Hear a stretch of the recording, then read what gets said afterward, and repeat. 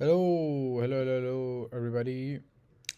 So today we are gonna go through. Welcome to Bajani's Coca. Today we have Miss Seema ji with us. Hello everyone. तो आज हम लोग करने जा रहे हैं आरएनए प्रोसेसिंग। ये सारे के सारे टॉपिक्स इम्प्लाइड टॉपिक्स हैं सीयूटी पीजी लाइफ साइंसेज के। इसका मतलब है भले ये सिलेबस में ना लिखे हों, but it is implied that we will study them. तो this is one of them. कुछ कुछ पी वाई क्यू आ भी रखे हैं इनसे related. Shout out to mrs Praveen Garg. ये पीडीएफ आपको मिल जाएगी हमारे डिस्कॉर्ड सर्वर पे, जिसका लिंक है डिस्क्रिप्शन में। तो भाई क्या है, क्या सीन है? आरएनए प्रोसेसिंग प्रोकैरियोट और यूकैरियोट में थोड़ी बहुत डिफरेंस होती है। और जो मेन चीज़ है, देखो आरएनए प्रोसेसिंग पहले होती क्या? आरएनए प्रोसेसिंग इज़ बेसिकली कि आपका आरएनए बन गया, फिर आप उसमें काटा पीटा करोगे उसको यूज़ करने से पहले, उसमें थोड़ी बहुत मॉडिफिकेशन वगैरह करोगे उसको यूज़ करने से पहले। तो भाई क्या सीन है यहाँ पे, अगर आप आए थोड़ा और इन डेप्थ आए, तो यूकैरियोटिक सेल में जो मेन डिफरेंस आता है यू और प्रो में, वो है मैसेंजर आरएनए का। और डेप्थ में अगर हम जाने इस चीज़ को, आरएनए प्रोसेसिंग जो है यूकैरियोट में न्यूक्लियस में हो रही है। कहाँ हो रही है? न्यूक्लियस में। हाँ। और वो सेपरेटेड होता है प्रोटीन सिंथेसिस मैकेनिज्म, यानी कि आपके ट्रांसलेशन से, जो कि साइटोप्लाज्म में होती है। ठीक है, कहाँ होती है? हाँ, साइटोप्लाज्म। क्या चीज़ साइटोप्लाज्म में होती है? ट्रांसलेशन। ट्रांसलेशन। ठीक है, यूकैरियोटिक में आरएनए प्रोसेसिंग कहाँ हो रही है? न्यूक्लियस। न्यूक्लियस में। खैर, यूकैरियोटिक जीन्स में इंट्रॉन्स होते हैं जो कोड नहीं करते हैं। वैसे तो ये एक ब्रोकन नोशन है, बट क्योंकि वो हमें पता है कि वो रेगुलेटर्स वगैरह के लिए कोड करते हैं। बट चलो कोई बात नहीं। इनमें इंट्रॉन्स होते हैं जो कि जीन का कोडिंग सीक्वेंस इंटरप्ट करते रहते हैं, और उन इंट्रॉन्स को हटाना होता है। ठीक है, जब हमारे ने हम बाहर फेंकेंगे उससे पहले हटाना होता है। अब इस इंट्रॉन को हटाना, फिर उसको, अब एक अगर आप बेसिक स्ट्रक्चर देखो तो ये आपका वो है डीएनए है। अब यहाँ यहाँ आपके इंट्रॉन लग रखे हैं। आरएनए। क्या बोल दिया मैंने? डीएनए। सॉरी, ये आपका आरएनए है जो भी ट्रांसक्रिप्शन के बाद बन के निकल के आया है। तो आपको ये हटाना पड़ेगा, फिर आपको इसे इसे इसे ये तीन पीस आपको जोड़ने पड़ेंगे। ये तीन पीस आपने जोड़ने पड़ेंगे, फिर एक नया आप एमआरएनए बनाओगे। ठीक है। तो आरएनए को कैप किया जाता है। कैप मतलब स्प्लाइसिंग। कहाँ है? स्प्लाइसिंग में बताया अच्छा, था। इसे ही स्प्लाइसिंग कहते हैं बाय द वे। आरएनए को फिर कैप किया जाता है, स्प्लाइस किया जाता है, एक पॉली ए टेल डालते हैं। अब ये सब देखेंगे हम इन डेप्थ, आगे देखते हैं, ज़रा आगे देखते हैं। और ट्रांसक्रिप्शन का जो इनिशियल प्रोडक्ट होता है उसे हम बोलेंगे pre M R N A, यानी कि ये वाला इंट्रॉन्स के साथ वाला। क्या बोलेंगे? Pre mRNA. Pre M R N A. और उसके बाद उसको प्रोसेस वगैरह करने के बाद वो बन जाएगा एक मेच्योर आर एन ए, जब हम उसको न्यूक्लियस में भेज देंगे। ठीक है, सॉरी, जब हम उसे साइटोप्लाज्म में भेज देंगे, एक्सपोर्टेड फ्रॉम द न्यूक्लियस लिखा है। एक बार जल्दी से ये देख लेते हैं। यूकैरियोटिक एमआरएनए के तीन मेन पार्ट होते हैं। आपका आपका 5 प्राइम अनट्रांसलेटेड रीजन, यानी कि ये वाला सबसे 5 प्राइम के पास वाला। Let me switch to a darker colour. एक एक्चुअल कोडिंग सीक्वेंस है भाई, यहाँ पे आपका जो ट्रांसलेशन वगैरह होती है वो यहाँ से हो जाएगी। और एक आपका 3 प्राइम अनट्रांसलेटेड रीजन, जो स्टेबिलिटी वगैरह को इफ़ेक्ट करता है, ये वाला। ठीक है। ये आपका ए यू जी है, यानी कि आपका स्टार्ट कोडॉन। ये आपका यू ए, यानी कि स्टॉप कोडॉन। ये आपका जब भी ट्रांसलेशन होगी तो यहाँ से स्टार्ट होने वाली है और यहाँ से ख़त्म होने वाली है। Please go ahead. अब इसमें कुछ स्टेप्स आते हैं आरएनए प्रोसेसिंग में, जैसा कि अभी इन्होंने बताया कि इंट्रॉन और एक्सॉन होते हैं। तो basically we want to remove these introns because इनका कोई काम नहीं होता है एज सच। कोडिंग में इनका कोई काम नहीं होता है, बट बाकी चीज़ों में इनका काम होता है। But still we have to remove them. और फिर जब हम इंट्रॉन निकाल देते हैं तब हमें बचे हुए एक्सॉन पार्ट्स को जोड़ना भी पड़ता है। तो ये भी आपका pre M R N A है। जब आपने यहाँ पर इसको, ये पॉली ए टेल आपने डाली जो कि हम आगे पढ़ेंगे, और यहाँ पर आपने फॉस्फेट डाल दिया, ये भी हम आगे ही पढ़ेंगे। तो तब ये आपका बनेगा mature M R N A. तो ये इस प्रोसेस को जो हम यहाँ पे फॉस्फेट ऐड कर रहे हैं, this is called capping. Introns remove करने को splicing, and this is poly adenylation, because हम यहाँ पे एक पॉली ए टेल ऐड कर रहे हैं। तो these are the 3 main steps in R N A processing. कौन कौन सी? Capping, splicing, पॉलीडाइनाइलेशन। ये ए बाय द वे आपका एडिनोसिन है। या तो प्रोकैरियोट्स में आरएनए प्रोसेसिंग नेसेसरी नहीं है। क्यों? क्योंकि जो नेसेंट आरएनए है, यानी कि जो पहले बन रहा है, वही आपका एमआरएनए है। ठीक है। और यूकैरियोट्स में नेसेंट आरएनए को ही हम प्राइमरी ट्रांसक्रिप्ट या फिर प्री एमआरएनए कहते हैं। ठीक है। और इसको प्रोसेस करने की ज़रूरत पड़ती है और इसको साइटोप्लाज्म में ट्रांसपोर्ट करना है ताकि ट्रांसलेशन हो जाए। अब यहाँ पर तो कोई आपके पास न्यूक्लियस ही नहीं है सच, ठीक है, तो मतलब बेसिकली यहाँ पे कोई ज़रूरत नहीं है सब करने की। यूकैरियोटिक सेल्स में प्री mRNA जो है वो 3 मेन प्रोसेसिंग से गुजरते हैं, वही जो अभी हमने उसमें देखा डायग्राम में, capping, polyadenylation and splicing. Splicing we know, polyadenylation we know, capping is methyl group 5 prime end पे हमें ऐड करना है। ओके, क्या क्या दे रखा है भाई यहाँ पे, this is not very clear, अच्छे से देख नहीं रखा, तो let's move on to the next thing. Capping पे आ जाते हैं। तो भाई कैपिंग स्टेप है mRNA का, जो भी कैपिंग स्टेप है वहाँ पे हम एक 7 मिथाइल गुआनोसिन ऐड करेंगे 5 प्राइम एंड पे। कैपिंग से आप ये याद रख सकते हो, हमें जो भी प्रोसेसिंग वगैरह स्टार्ट होती है वो 5 प्राइम से ही स्टार्ट होती है, 5 प्राइम से 3 प्राइम इस डायरेक्शन में चलता है। तो स्टार्ट जहाँ होता है आपकी बॉडी जहाँ स्टार्ट होती है वहाँ आप कैप लगाते हो, तो इसलिए इसे हम कैपिंग ऐसे याद कर सकते हैं। आपका जब आरएनए चेन 30 न्यूक्लियोटाइड लंबा होगा तो आपके 5 प्राइम एंड्स जो होंगे वो मॉडिफाई कर देंगे। ट्रांसक्रिप्शन ख़त्म होने से पहले ही, अभी आपका एमआरएनए, अभी प्री एमआरएनए आपका पूरा बन के रेडी भी नहीं हुआ है कि आपकी कैपिंग हो जाती है। मिथाइल ट्रांसफरेज जो कि है, मिथाइल ट्रांसफरेज जो है वो मिथाइल ग्रुप ऐड करता है। अभी हमने थोड़ी देर पहले पढ़ा था वो फॉस्फेट ऐड करता है, तो we will get to that कि वाई, मुझे पता नहीं है but I hope we solve this thing. ये जो कैप है ये 5 प्राइम एंड ऑफ mRNA को ना प्रोटेक्ट करती है न्यूक्लियस के डिग्रेडेशन के, कि जो भी न्यूक्लियस, क्योंकि हमें पता है एंजाइम में न्यूक्लियस पड़ा रहता है, न्यूक्लियस आके कहीं पूरे mRNA को डिग्रेड ना कर दे, इसलिए ये 5 प्राइम एंड को डिग्रेड ना कर दे, इसलिए हम कैपिंग इसकी करवाते हैं। और ये mRNA को करेक्टली पोजीशन भी करता है राइबोसोम के ऊपर, राइबोसोम से अटैच करने में हेल्प करता है। राइबोसोम कब अटैच होते हैं भाई, जो इसका जो नेक्स्ट स्टेप है ट्रांसलेशन के लिए, आपको राइबोसोम से अटैच करना पड़ेगा। Also I would like to add one more thing over here कि न्यूक्लियस से बचाने की ज़रूरत यहाँ पर क्यों है, क्योंकि आपका ओरिजिनली तो ये न्यूक्लियस में बन रहा है, तो वहाँ पर तो न्यूक्लियस प्रेजेंट नहीं होंगे ऑफ कोर्स, बट जब ये साइटोप्लाज्म में जाएगा तो वहाँ पर न्यूक्लियस प्रेजेंट होंगे जो कि इसको ख़त्म कर सकते हैं। तो साइटोप्लाज्म में इसको बहुत सारी चीज़ों से प्रोटेक्शन की ज़रूरत है and capping is required for that. Okay, ये क्या दे रखा है भाई, आपकी ट्रांसक्रिप्शन स्टार्ट साइड है। अच्छा ये देखो आपकी ट्रांसक्रिप्शन हो रही है, और सीटीडी क्या होता है, आई डोंट नो। अभी थोड़ी देर पहले हमने पढ़ा था। खैर कोई बात नहीं, सीटीडी कुछ तो होता है। और ये देखो आपकी कैपिंग एंजाइम्स जो है वो कैपिंग किए जा रहे हैं यहाँ पे 5 प्राइम एंड पे, ये आपका 7 मिथाइल गुआनोसिन लगाए जा रहे हैं और ये ट्रांसक्रिप्शन हो रहा है। खैर, All right, now we're going to talk about polyadenylation, which is 3 prime end पे हम क्या कर रहे हैं, इसमें हम ये वाली सीक्वेंस जो है, okay I don't understand this point, कि क्या है कि the 3 prime end of eukaryotic mRNA is firstly cleavage from the this sequence, conserve sequence, okay. तो इस सीक्वेंस से इसको कंजर्व कर दिया जाता है कुछ ऐसा, okay never mind, I move on to next point. तो इसमें क्या होता है, एक एंजाइम होता है पॉली ए पॉलीमरेज, जो कि एक टेल ऐड कर देता है कुछ नहीं तो 200 एडेनाइन न्यूक्लियोटाइड्स की 3 प्राइम एंड पे। अब ये क्यों करता है वो हम देखते हैं, ठीक है।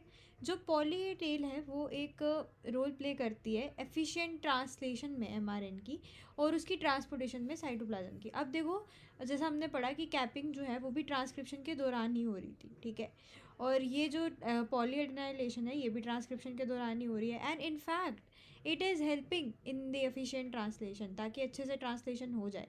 Wait, I am saying wrong, वो ट्रांसक्रिप्शन में हेल्प करा रहा था, ये ट्रांसलेशन में हेल्प करा रहा है। जब mRNA बन जाएगा तो वो आगे जाके प्रोटीन बनाएगा, तो उस चीज़ में हेल्प करने के लिए पॉलीएडेनाइलेशन जो है वो उसकी हेल्प करती है, ठीक है। और जब वो न्यूक्लियस से साइटोप्लाज्म में जाएगा तब उसकी ट्रांसपोर्टेशन में हेल्प करेगी और ये उसकी स्टेबिलिटी को भी बढ़ा देगी, ठीक है। जो कैप है और जो पॉली टेल है mRNA में, वो इस बात का इंडिकेशन है कि mRNA अब कम्प्लीटली बन चुका है। ओके, सो यहाँ पर डायग्राम दे रखा है, तो क्या हो रहा है, ये आपका RNA पॉलीमरेज यहाँ पर जुड़ा हुआ है, ठीक है, और यहाँ पर आपका ट्रांसक्रिप्शन हो रहा है, यहाँ पर आपकी कैप लगी हुई है, ठीक है। और यहाँ पर जैसे ही ये वाला सीक्वेंस आता है ना, अब मुझे समझ आ गया, जैसे ये वाला सीक्वेंस आता है ये क्या करेगा, यहाँ से क्लीव कर देगा, यानी कि तोड़ देगा RNA को, ठीक है। AAU और ट्रिपल A वाला जब सीक्वेंस आएगा, फिर यहाँ पर ये तोड़ के 200 A वाले जो न्यूक्लियोटाइड है वो ऐड कर देगा, which is known as poly A tail. ठीक है। ओके, तो ये आपका पॉली एडाइनिलेशन हो गया। अब स्प्लाइसिंग की अगर हम बात करें तो स्प्लाइसिंग एक ऐसा प्रोसेस है जहाँ पे इंट्रॉन्स हटाए जाते हैं। अभी हमने थोड़ी देर पहले पढ़ा स्प्लाइसियोसोम के द्वारा। स्प्लाइसियोसोम क्या है भाई? स्प्लाइसियोसोम बना है, एक कॉम्प्लेक्स है, वो बना है प्रोटीन से और छोटे छोटे आरएनए से, नॉट आरएनए से, जो कि प्रोटीन आरएनए कुछ एक एंजाइम बनाते हैं जिसको हम बोलते हैं small nuclear ribonucleoprotein snRNPs, snurps जिसे हम प्रोनाउंस करते हैं स्नर्प्स। अरे भाई साहब, small nuclear ribonucleoproteins, ठीक है, क्योंकि राइबो न्यूक्लियर प्रोटीन है भाई, ऑब्वियसली राइबो न्यूक्लियर है तो आरएनए, ये दोनों का एक कॉम्प्लेक्स है। ये जो मशीनरी है इसको, इसकी एबिलिटी होनी चाहिए कि भाई स्प्लाइस जंक्शन, यानी कि कहाँ से एक्सॉन स्टार्ट होके ख़त्म होता है वो रिकॉग्नाइज करने की, और एंट्रॉन्स को करेक्टली कट आउट करने की, और एक्सॉन्स को जोड़ने की, ताकि एक मेच्योर स्प्लाइस्ड आरएनए बनाना है। तो ये 3-4 एबिलिटी इसमें होनी चाहिए। आपका बेस सीक्वेंस 5 प्राइम एंड पे इज़ GU, और 3 प्राइम एंड पे is AG। Okay, I don't not really understand correctly यहाँ पे क्या क्या है। क्या ये मेरे ख्याल से ये तोड़ने के बाद की बात है, ये तोड़ने के बाद ये आपको सीक्वेंसेस चाहिए होंगे, बट अगेन मेरा ख्याल है ये, I am not sure about this. खैर, एक थर्ड इम्पॉर्टेंट सीक्वेंस होता है इंट्रॉन के अंदर ही अंदर, जिसे एक ब्रांच पॉइंट बोलते हैं, वो भी बहुत ज़्यादा इंपॉर्टेंट होता है स्प्लाइसिंग के लिए। थोड़ा आगे बढ़ते हैं। ये आपका प्रोमोटर रीजन है, ये आरएनए कोडिंग सीक्वेंस है, यानी कि यहीं यहीं पे एक्सॉन इंट्रॉन होंगे। तो ये मैं मान के, अच्छा हाँ लिखा है ये इंट्रॉन्स है। ट्रांसक्रिप्शन जो होगा आरएनए पॉलीमरेज 2 का, वो 5 प्राइम कैप लगा देगा, और ये पॉली टेल ऐड कर देगा। ये उसके बाद की बात है, ठीक है, कैप लगा दिया, टेल लगा दिया, फिर उसके बाद की बात है। उसके बाद हाँ ये इंट्रॉन्स हटा दिए, फिर आपका ये प्रोटीन कोडिंग सीक्वेंस बन जाएगा। सेम चीज़ है पिछले वाली की तरह। दो मेन स्टेप्स होते हैं स्प्लाइसिंग के, अब वो देख लेते हैं। पहले स्टेप में 5 प्राइम स्प्लाइस साइट पे कट हो गया, ठीक है, junction of 5 prime exon and the intron. अच्छा, ये दे रखा है, अगर मैं ये एक ऐसा लंबा सा वो बनाऊँ, ठीक है, तो ये एक्सॉन है, तो सबसे पहले कट डलेगा, ये एक्सॉन है, मान लो ये दोनों एक्सॉन है, सबसे पहले आपका कट डलेगा यहाँ पे 5 प्राइम टू 3 प्राइम। ये है 5 प्राइम एंड ऑफ एक्सॉन, जहाँ तक मेरे को पता है। एक्सॉन कौन सा वाला? ये 5 प्राइम है, एक्सॉन का है ना, ओके। एम आई करेक्ट? यहाँ पर है एक्सॉन जहाँ से स्टार्ट हो रहा है। हम्म। फिर उसके बाद 5 प्राइम एंड ऑफ इंट्रॉन, यानी कि यहाँ पे ओके, ये इंट्रॉन का 5 प्राइम एंड ही तो हुआ। बट ये एंड है, ये स्टार्ट नहीं हो गया, एंड यहाँ पर नहीं आएगा। अरे ये तो 3 प्राइम एंड नहीं होगा, 5 प्राइम एंड मेरे हिसाब से। अरे आप खुद सोचो ना लॉजिकली, अगर एक कट यहाँ लगाया है तो दूसरा कट तो यहीं लग रहा होगा, ठीक है। तो यहाँ पे एक कट लगा 5 प्राइम एंड ऑफ आपका एक्सॉन, और 5 प्राइम एंड ऑफ आपका इंट्रॉन, यहाँ पे एक कट लग गया।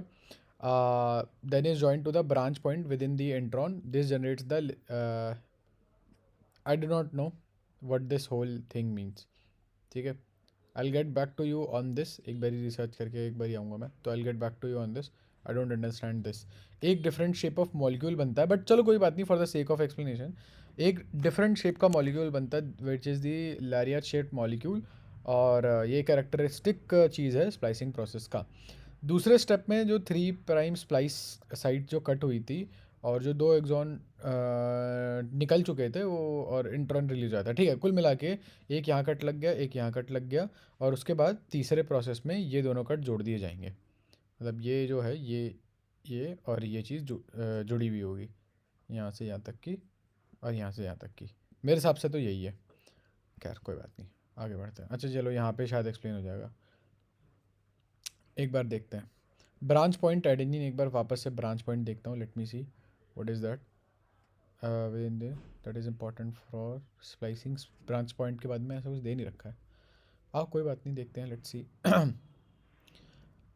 ये आपका हाँ देखो, ये आपका 5 प्राइम स्प्लाइस जंक्शन है, ये रहा, ठीक है। यहाँ पे आपका GU प्रेजेंट होगा, और 3 प्राइम स्प्लाइस जंक्शन है ये रहा, यहाँ पे आपका AG प्रेजेंट होगा। यहाँ से मेरे हिसाब से पता चलता है कि भाई कट कहाँ लगना है। ये GU का एंड है, ये इसका एंड है। फिर आपका U1 SNR स्नर्प है, और स्नरप का काम क्या था अगर 5 आपको याद प्राइम हो? एंड से बाइंड करके उसको निकालना। मतलब इन इस ये पूरा कॉम्प्लेक्स था, small nuclear ribo nuclear protein, इनका काम ही यही था कि स्प्लाइसियोसोम है, ये स्प्लाइसियोसोम है। अब ये जुड़ गया, यहाँ पे जुड़ गया, एक आप U1 ये यहाँ जुड़ चुका है, एक GU से जुड़ेगा, एक AG से जुड़ेगा, दोनों जुड़ ए गए। से जुड़ रहा है सिर्फ ब्रांच पॉइंट से। हाँ सॉरी सॉरी, ब्रांच पॉइंट से जुड़ रहा है, माय बैड। पहला वाला 5 प्राइम एंड ऑफ इंट्रॉन से जुड़ गया, दूसरा वाला ब्रांच पॉइंट से जुड़ गया। अब ये दोनों जुड़ गए, अब ये पूरे के पूरे एक लूप बनाता है। अच्छा ओके, ये उसको पूरा फोल्ड कर दे रहा है। ओके ओके ओके, तो हो क्या रहा है, ये आपका है, I understand now. Lariat shape molecules भी मैं समझ गया, ये ऐसा है। ऐसा नहीं है कि ये ऐसे कट रहा है, एग्जैक्ट एक्सप्लेनेशन ये भी नहीं है कि ये ऐसे कट रहा है, ये ऐसे कट रहा है, ये बाहर निकला, ये बाहर निकला, और फिर ये अलग अलग जुड़ गए, ऐसा कुछ नहीं है। पहले इसे बेंड किया जाएगा, बेंड एज इन, तो this will look somewhat like this, ये ऐसा, ये ऐसा, और ये हो गया आपका क्या, इंट्रॉन। ये इंट्रॉन हो गया। This is the lariat shape molecule, है ना? Am I right? हाँ। ठीक है। अब ये जो एक्टिव स्प्लाइसियोसोम बन रखा है, आपका पूरा कॉम्प्लेक्स बन रखा है, वहाँ से स्प्लाइसिंग होगी, और ये, दिस इज अ लैरियट शेप। हाँ ये लैरियट शेप है, ये लैरियट शेप है, और ये दोनों जुड़ गए एक दूसरे से, ये दोनों जुड़ गए, और ये जो इंट्रॉन है, ये जो कटा हुआ इंट्रॉन है, इसने एक लैरियट शेप का कॉम्प्लेक्स बना लिया, किस चीज़ के साथ? SNRNP के साथ, स्नरप्स के साथ, है ना? No you know why this is called branching point, क्योंकि जब ये यूजी जुड़ता है तो ये इसके साथ जुड़ के ब्रांच बना देता है, ए के साथ जुड़ के। जो भी आपका इंट्रॉन है, रिलीज इंट्रॉन RNA इन लैरियट शेप, ऐसा आपका RNA ऐसे ऐसे होके निकला। इस शेप में क्यों निकला? आई गेस ताकि वो किसी और चीज़ से रिएक्ट ना कर पाए। खैर मेरा गेस है, बाद में ये जो कॉम्प्लेक्स है टूट जाता है, ये स्नरप्स आपके अलग हो जाते हैं, और आपका इंट्रॉन मॉलिक्यूल इंट्रॉन अलग हो जाता मॉलिक्यूल है। अलग हो जाता है। खैर, next one is alternate splicing. तो बहुत सारे प्री mRNA जो होते हैं उनमें लार्ज नंबर ऑफ एक्सॉन्स होते हैं जो कि स्प्लाइस किए जा सकते हैं साथ साथ में डिफरेंट कॉम्बिनेशंस में, ताकि डिफरेंट मेच्योर mRNA जो बना सके। तो इसलिए हम कहते हैं ऑल्टरनेटिव स्प्लाइसिंग। तो क्या होता है, इससे क्या होता है, बहुत सारे डिफरेंट प्रोटीन्स की प्रोडक्शन हो जाती है और बहुत सारे कम जीन्स यूज़ होते हैं, ठीक है, क्योंकि एक सिंगल RNA है, उसमें से आप बहुत सारे एक्सॉन्स निकाल रहे हो और फिर उसमें बहुत सारे डिफरेंट प्रोटीन्स बन रही है, लेकिन जीन तो बहुत ही कम इस्तेमाल हो रहे हैं, ठीक है। तो बहुत सारे एक्सॉन्स को कंबाइन करके स्प्लाइसिंग के दौरान आप बहुत सारे प्रोटीन और कोडिंग मैसेजेस बना सकते हैं। ये एक रेगुलेटेड प्रोसेस है जो कि जीन एक्सप्रेशन के दौरान होता है, जबकि जीन अपने आप को एक्सप्रेस कर रहा होता है, उस टाइम पे ये काम होता है। ऑल्टरनेटिव स्लाइसिंग यूकेरियोट्स में होती है और यहाँ पर ही ये प्रोटीन्स की बायोडाइवर्सिटी बढ़ाती है जो कि जीनोम को इनकोड कर सकते हैं, ठीक है। ऑल्टरनेटिव स्प्लाइसिंग के दौरान सिस एक्टिंग रेगुलेटरी एलिमेंट्स जो mRNA सीक्वेंस में प्रेजेंट होते हैं वो ये डिटरमाइन करते हैं कि कौन से एक्सॉन्स को रखना है और कौन से एक्सॉन्स को निकालना है। तो बेसिकली जहाँ पे बहुत सारे एक्सॉन्स होते हैं वहाँ पे हम कुछ एक्सॉन्स को निकाल के उनसे प्रोटीन की कोडिंग भी करवा लेते हैं। लेकिन अब ये चीज़ डिसाइड कौन करता है कि कौन से एक्सॉन से करवानी है, कौन से नहीं करवानी? तो ये सिस एक्टिंग रेगुलेटरी एलिमेंट्स होते हैं। क्या होते हैं? सिस एक्टिंग रेगुलेटरी एलिमेंट्स। यस। तो 75% जो 30,000 में से 75% ह्यूमन जीन्स जो होते हैं उनमें ऑल्टरनेटिव स्प्लाइसिंग होती है, ताकि 2 या मोर स्प्लाइस आइसोफॉर्म्स इसमें डाल सकें और डिफरेंट प्रोटीन्स को कोड कर सकें, ठीक है। Okay, okay, so let's see what this is your gene, ठीक है, and it undergoes transcription. As you can see कि इसमें 1 2 3 4 5 एक्सॉन्स है, ठीक है। और अब इसकी हम ऑल्टरनेटिव स्प्लाइसिंग करवाएंगे। हमने क्या किया कि हमने एक जो जीन बनाया उसमें हमने सिर्फ 1 2 4 और 5 एक्सॉन लिए, ठीक है। लेकिन जो हमने दूसरा बनाया उसमें हमने 3 ले लिया और 4 नहीं लिया। मतलब बस एक एक्सॉन का फ़र्क पड़वाया। सिर्फ एक एक्सॉन के फ़र्क पड़वाने की वजह से भी हमारी पूरी की पूरी जो प्रोटीन है वो अलग बनेगी। So you can your self imagine कि आप इसी सिर्फ 5 में से आप कितने सारे कॉम्बिनेशन बना सकते हो अलग अलग। अभी तो तूने एक ही बनाया, but we can make many such combinations, ठीक है। And this is just one gene, ठीक है। तो ये जो इसको हम आइसोफॉर्म 1 बोल रहे हैं, ठीक है। इसमें एक्सॉन 3 स्क्रिप हो गया, और जब ये ट्रांसलेशन हुई इसमें तो इसने प्रोटीन आइसोफॉर्म 1 बनाया, और ये कोई ए फंक्शन परफॉर्म करेगा। उसी तरह से ये जो इसने आइसोफॉर्म 2 बनाया, इसमें हमने 4 स्किप कर दिया, और इसने प्रोटीन आइसोफॉर्म 2 बनाया और ये फंक्शन बी परफॉर्म करेगा। Get it? I I understand. चलो तो गाइज इसी के साथ साथ हमारी वीडियो जो है वो ख़त्म हो जाती है। Now we are done with RNA processing. मिलते हैं आपसे नेक्स्ट वीडियो में। ये सारी आपको पीडीएफ्स हमारे डिस्कॉर्ड सर्वर पे मिल जाएगी। Bye bye, best of luck.